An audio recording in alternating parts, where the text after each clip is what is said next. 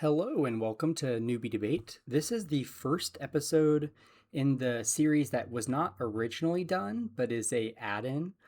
So I'm calling this one 4.5 because I already did the thumbnails for all the other ones that I'm redoing, and I did not want to have to go through and redo all of those. And so this is just going to be slotting in between episodes 4 and 5. This one's going to be covering the speeches and the flowing in debate, which, if you don't know what flowing is, we're obviously going to talk about that. So it's not the end of the world, but let's go ahead and get right into it. So there's 8 speeches in a policy debate. These are the times that they usually last. There's an exception to that, and we'll talk about it, but let's just go ahead and go over the speeches. So starting out, there's the 1AC, which stands for the first affirmative constructive. It is an 8-minute speech, and it starts the debate by reading the affirmative case. Whatever the affirmative case is, if they want to debate the resolution, which is what happens 99.9% of the time, they'll read their 1AC, which is pre-prepared, completely new speech. It's got a lot of evidence in it. They defend their plan text, usually some advantages, etc., etc. Then there's cross-examination of the 1AC, which is where the other team asks questions. There's 2 ways to do this, which I think we'll get into in a little bit, but it's a 3-minute period. Actually, we'll go ahead and do the cross-ex stuff now. So in cross-examination, there's 2 options. There's open cross-examination and closed cross-examination. So what closed cross-examination means is that one person is asking questions and one person's answering. So there's a good way to remember that. So if you're operating under closed cross-examination, which is something that you ask your opponents if they prefer open or closed cross-examination, and you check if your judge has a preference. Ultimately, I'd recommend that you defer to whatever your judge says. But in closed cross-examination, the cross-ex that happens after a speech, the person who's answering the questions is just the person who gave the last speech. That's always the case. But then the person who's asking the questions, I think I said that right. The person who's answering the questions just gave the speech. The person who's asking the questions is the person on the team who's about to give a speech who's not going to give a speech. So this is the 1NC. They're going to give the speech after the 1AC, which means that under closed cross-examination, whoever is the 2N or the 2NC should ask questions to the 1AC so that this person can continue to prep for their speech and stay sitting down. Yeah, so cross-examination, the 2NC asks questions to the 1AC for 3 minutes, and then there's the 1NC. The 1NC is supposed to make arguments about the affirmative and typically supposed to make a lot of the arguments for the negative case, both making off-case arguments like disadvantages and some other ones like we'll talk about, counter plans, topicality, any of those types of arguments off-case, as well as making arguments about what the affirmative said in their 1AC and any instances where the negative wants to say the affirmative is wrong. They do all that in the 1NC, making a bunch of new arguments. And then cross-examination by the 1AC of the 1NC. Then it's the 2AC's job. The 2AC will extend the 1AC, so all of the arguments made in the first speech will be summarized and extended by the 2AC, including the evidence that was cited for them. And then the 1NC made a bunch of arguments, and so the 2AC's job, even though they extended the AF, is to use the same amount of time to respond to all of those 1NC arguments. So you have to be pretty time efficient, but it's not too hard once you get the hang of it. Then there's 2 speeches that come back to back for the same team, the negative. This is called the negative block. It's the one instance where you have 2 speeches back to back for the same team. It's pretty cool. And the way this one works is it functions pretty much like one big speech, but split in half. So the 2NC and the 1NR will decide, it's called splitting the block. They will decide who's going to take what arguments from the 1NC. So if the 1NC, just because we haven't learned all the other ones yet, but let's say the 1NC read 5 different disadvantages, and then they debated the case. That would be a lot, sure, especially for being newer in debate. But if the 2NC liked the first, the third, and the fifth disad, they would take those and just make arguments about those three disadvantages. And then the 1NR might take the second and the fourth disadvantages and then case. So that's a good way to split it up.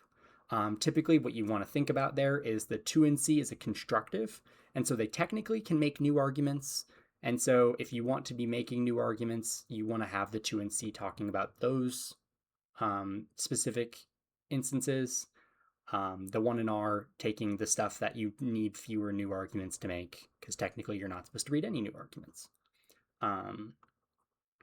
Generally speaking, even though you're allowed new arguments in the 2NC, it's relatively frowned upon to read like a new disadvantage in the 2NC.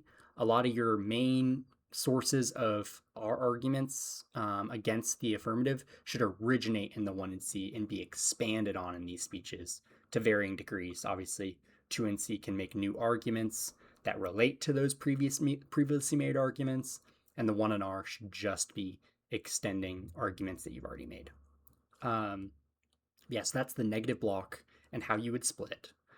So the 1AR, as you can see, has the same amount of time, 5 minutes, as the 1NR, but has to respond to 13 minutes of speech time, which is a relatively difficult job to do, which their other speech is the one speech that you have no clash, you don't have to talk about your opponents at all. It's just a pre-prepared speech, and so that's kind of the half and half. The 1AC is really, really easy. The 1AR is pretty hard.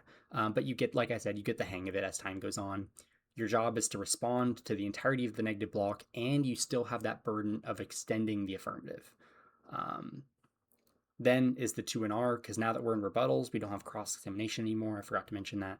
So 2NR is the next speech, the second to last in the debate, also 5 minutes. So the 1ER will have responded to the negative block, which extends most of the 1NC, if not all, the arguments that were made in that speech. But the 2NR is where you're like, okay, we are probably winning some of our arguments more than others, and so we're going to collapse the debate down. So this debate was really, really big because of us, and so now we think we're winning these, say these are all your off-case positions, these different colored folders. You extended all these into the block, but the F1AR didn't respond to your pink folder very well. And so you're going to say, okay, I'm not going to continue talking about the blue folder, the green folder, or the brown folder, but none of the arguments on any of these folders are reasons why I should lose the debate. And so even though I'm not going to talk about them anymore, it's not a reason why you're going to be voting against me. But and then you spend 5-something minutes on this pink folder and why you win the debate. And that puts the affirmative in the position where they need to try to win this folder or the arguments on this folder, or hypothetically, they can maybe say, actually, this argument that you conceded on the blue folder is reasons why you should lose the debate. You actually didn't notice this argument that we made that is a reason why the plan's bad, or the plan's good, or it outweighs the disadvantage, or whatever the case may be. But the point is your job in the 2AR is to make the final extensions of the affirmative and try to provide some reasons why you still win the debate, despite the fact that the 2NR probably, if they did their job correctly, made a pretty compelling case for why you might not have. So let's break down these abbreviations for these speech times. So each team has a 1 and a 2. And if you're the affirmative team, it's an A or an N. So in debate, we have partnerships of 2 different people from the same school usually. Like almost always they're from the same school, although there can be some exceptions to that, not that we have to get into it. But as a partnership of two debaters on the affirmative and on the negative, you will have one person who's the 1A and one person who's the 2A, one person who's the 1N, and one person who's the 2N. Oftentimes, the 1A will be the 2N, and the 1N will be the 2A. That's how people usually do it, so that one person is the one on either the affirmative or the negative, and vice versa. But you can do it however you like. The abbreviations are pretty simple. 1AC stands for first affirmative constructive. So the 1, you're on the affirmative, and you have a constructive and a rebuttal. 1AC, 1AR. 2AC, 2AR, second affirmative constructive, second affirmative rebuttal. 1NC, 1NR, 2NC, 2NR. Like we said, you have the 4 constructive speeches. Each person gives a constructive speech. Each person gives a rebuttal speech. Next, we already talked about this, but the key thing to note about constructive speeches is that these are speeches where you build arguments, unlike the rebuttals where you're trying to focus on arguments that have already been established. You're making new arguments in constructive speeches a lot of the time, but there is a lot of responses that will happen. Like the 2AC is specifically a responsive speech. Most of the 2AC is spent responding to the arguments made in the 1NC. And so even though it's a constructive speech, you still respond to arguments. The only difference is that if it's a rebuttal, you're really not supposed to be making new arguments. And your opponents can call you out for doing that and argue that those arguments should not be evaluated. Cross-examination, we already talked about this, but you want to be asking questions in cross-examination that set up your future speeches. Like your goal in cross-examination should be asking questions that help you decide what your game plan might be. All cross-examination periods are going to be the same length. They're probably going to be 3 minutes. Like I said, at the end of this, we're going to talk about that. Your job is to ask questions. You want to ask them clearly and confidently, whilst also trying to avoid asking questions that allow your opponent to, that's on this page, sorry. You want to avoid asking questions that allow your opponent to clarify their stuff. If you really need to ask a question about, hey, can you explain this argument you made for me? I didn't really understand it. That's okay. But you don't want to be asking it to just like quote unquote fill time, because when you do that, you give them the opportunity to make their arguments make more sense to the judge, which is never a good idea. Rebuttal speeches. These are the last 4 speeches in the debate, like we already talked about, pretty in depth here. We're trying to focus on the big picture speeches or the big picture issues in these speeches, and we don't want to get lost in all the tiny arguments that we made in the constructives. You want to kind of isolate some voting issues or some reasons why you're winning the debate for X, Y, and Z reason. All right, before we get into this one, I think we will take a quick break and talk about the speech time specifically for Debate Kansas City. If that doesn't apply to you, you can go ahead and try to skip this section, but I'll try to keep it brief. If you are with Debate Kansas City, which is the organization I'm affiliated with, and who I'm mainly making these videos for, this is not the speech times that we use for a majority of the debates on our weeknight tournaments. We're hosting, we use a different time setup. Instead of 8 minutes for the constructive speeches, it's actually 5 minutes. And then cross-examination is 2 minutes instead of 3 minutes. And then rebuttals are 3 minutes instead of 5 minutes. Like I said, this probably doesn't apply to you. I would make sure to check your like local rules to make sure that these speech times are accurate. But this is how it is for most tournaments, and it is how it is on the weekend tournaments that we host for DKC as well. Yeah. So that's the distinction for speaker times. But now let's go ahead and talk about flowing. So flowing is a pretty huge issue in debate. It's a very important thing that you get good at. And it can be the biggest indicator of someone being a really good or a subpar debater. The flow is a way to keep track of arguments in debate. Most of the time, people will do this on paper. Some people do it digitally, but I would recommend that you at least start out learning on paper. I'm going to show you a better example of this towards the end when we actually go on paper and look at this. But your goal when flowing is to keep track of the arguments made in the debate so that you can both extend your arguments, make sure that you don't drop arguments, and you're ready to point out when your opponent drops arguments. Usually you use a lot of shorthand to flow.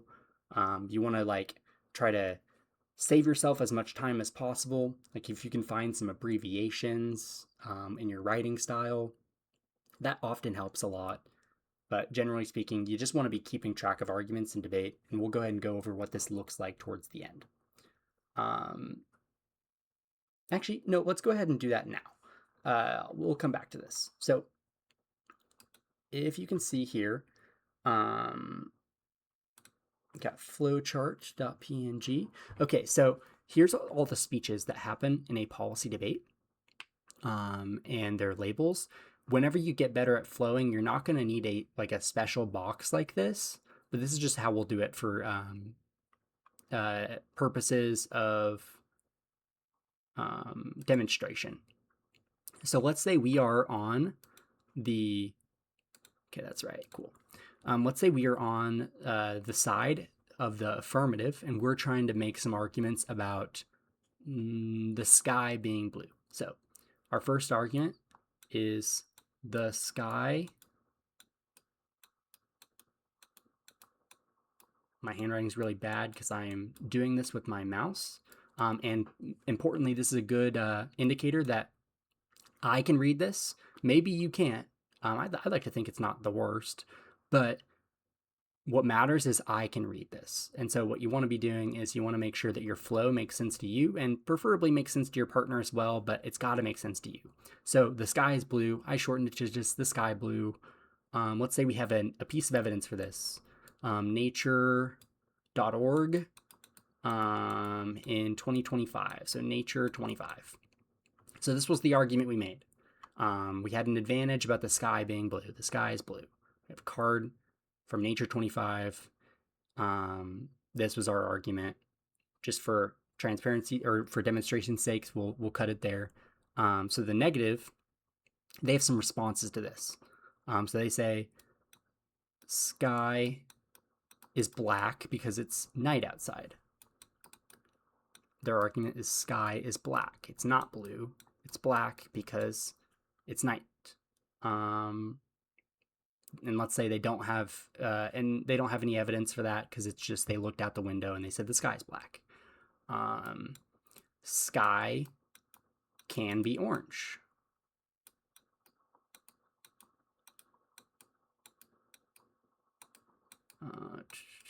Okay, the sky can be orange. And let's say they've got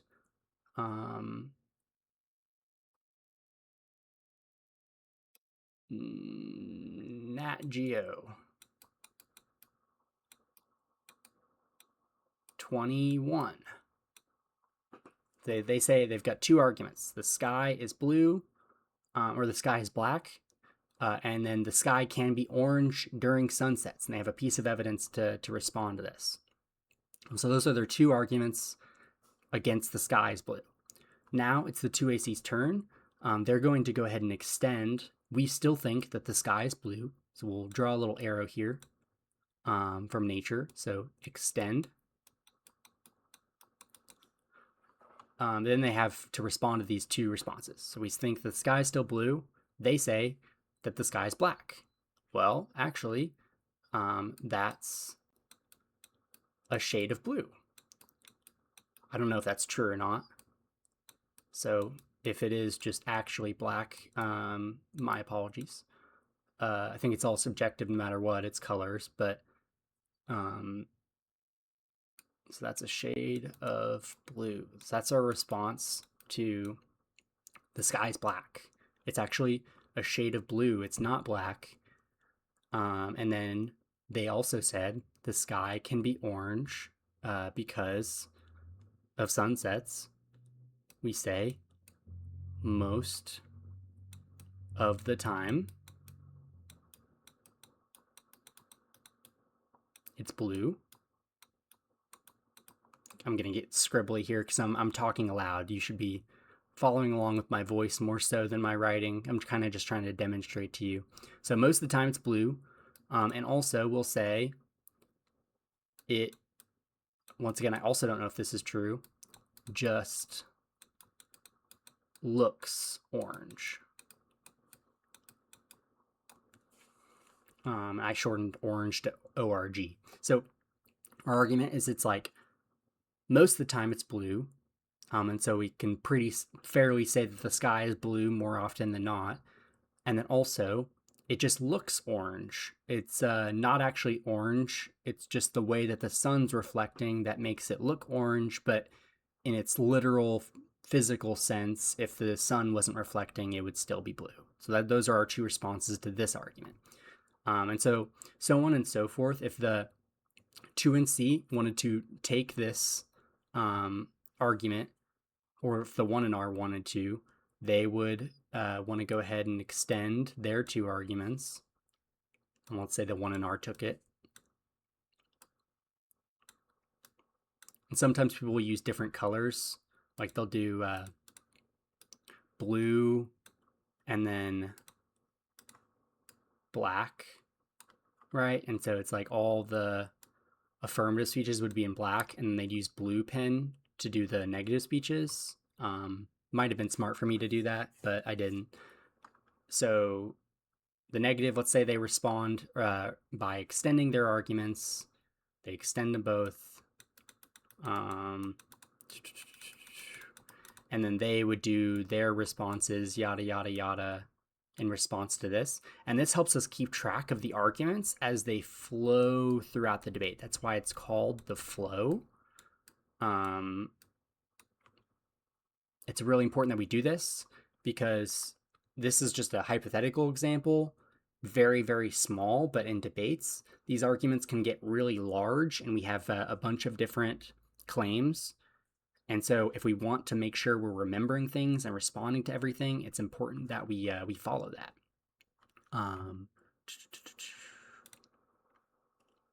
Okay, so now back to it. This is what the flow is.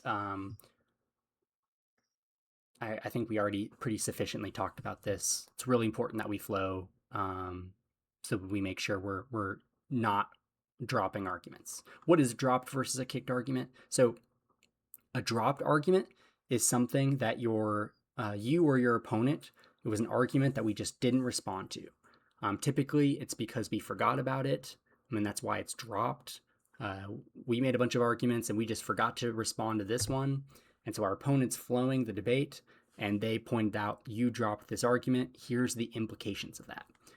Implications being when we drop arguments in debate for the purposes of this activity, typically it's seen as this argument's true, right? Because the judge could be like, oh, they dropped this argument, so they didn't have a response to this argument.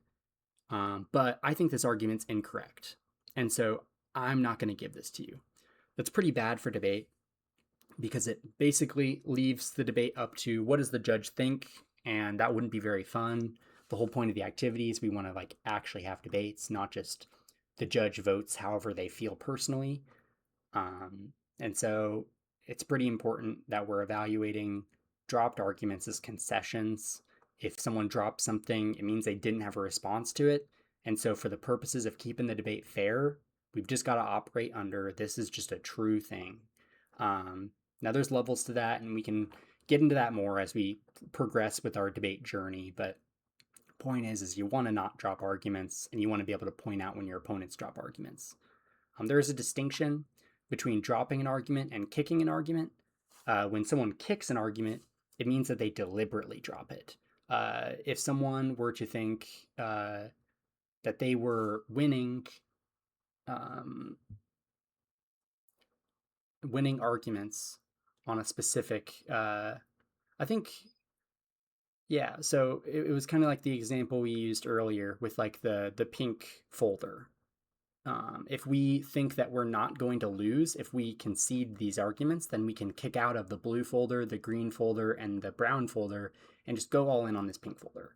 And so these would be any of the arguments that we made on here that we're no longer defending are arguments that we've kicked, which once again is also, it means it's viewed as true, but typically when you kick an argument, it means you're doing it deliberately because you don't think it'll hurt you. What is an extension?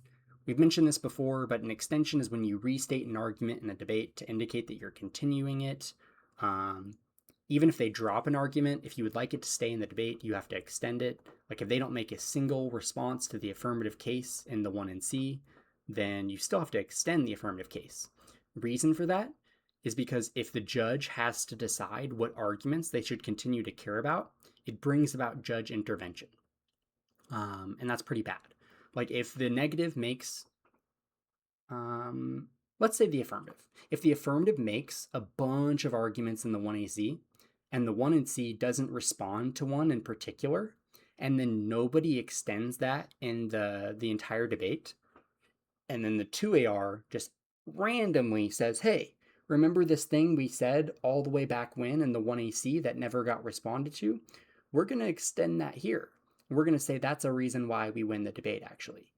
That creates kind of a bad environment because you're not really giving a lot of ability for the negative to clash with you.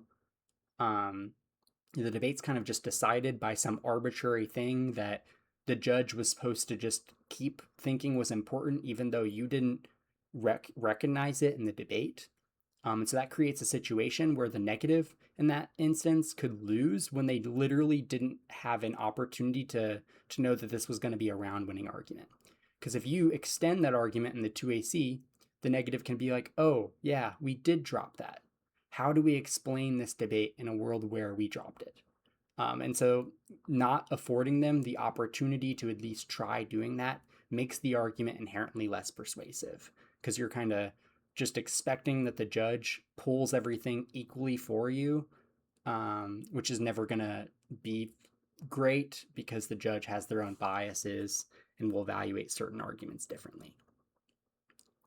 And that's going to be the end of this one. I split this one. It was supposed to be the intro to policy debate into this, and then a separate lecture about flowing and speeches. I hope you enjoyed this one. It was a rather longer one because we're going into a lot of in-depth, really important stuff.